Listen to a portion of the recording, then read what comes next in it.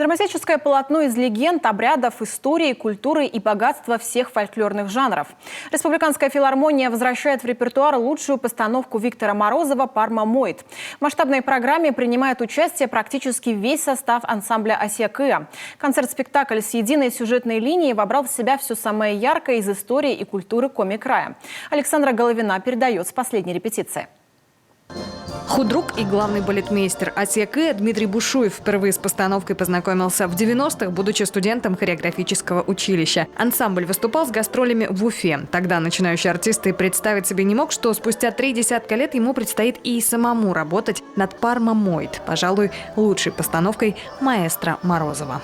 Я знал об Осия-Кыа от своих сокурсников, но когда предложили мне работу там, я выбрал Осия-Кыа. Надо ехать к Морозову. Это классика фольклора.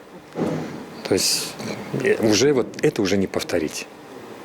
То есть он взял все, он взял эпосы, обряды, легенды, он их переформатировал, сделал более доступной, более понятливо для зрителей. Экскурс в историю и культуру Коми-края, доступный, понятный каждому. Языческие ритуалы, христианизация, весенние игрища, свадебные обряды. От коми-зырян до сегодняшних дней. «Парма Мойт» – одно из первых сценических произведений страны, поставленных национальным музыкальным коллективом в формате спектакля. От отдельных концертных номеров к многообразию жанров с сохранением единого сюжета. Уникальная задумка Виктора Морозова держит зрителя от начала первого акта до последнего поклона. Впервые «Парма Мойт» республика увидела в 89-м. Все 3 премьерных дня театр оперы и балета собирал полные залы. Тогда и Виктор Морозов признался, что это один из самых удачных творческих проектов того времени. Этакий синтез музыки, танцев и сценического действия.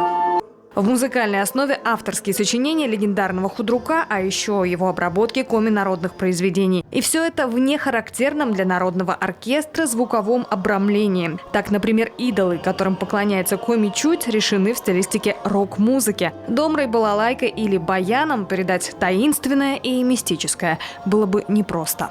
Некоторые вещи, вот ту же самую «Парма Мойт», спектакль, наверное, будет сложно показать традиционным составом народным, поскольку там используется как фольклорная музыка, подлинные народные напевы, так и авторская. То есть сам Виктор Петрович полностью написал музыкальную искание для этого спектакля.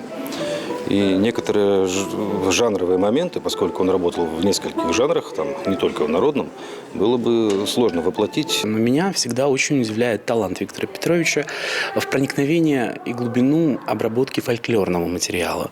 То есть где-то я бы сказал, что он просто сочиняет его заново, делает его удобным, простым для восприятия любого слушателя, в то же время ярким.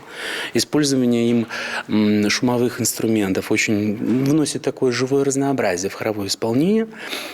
И делает его таким удивительно каким-то эмоциональным. Народная аутентичная программа с современными мотивами как раз для семейного просмотра. Премьерный показ «Парма Мойт», что в переводе «Таежная сказка», уже 21 января в Республиканской филармонии. Можно воспользоваться и пушкинской картой. Александра Головина, Артем Соколов, телеканал Юрган, Сыктывкар.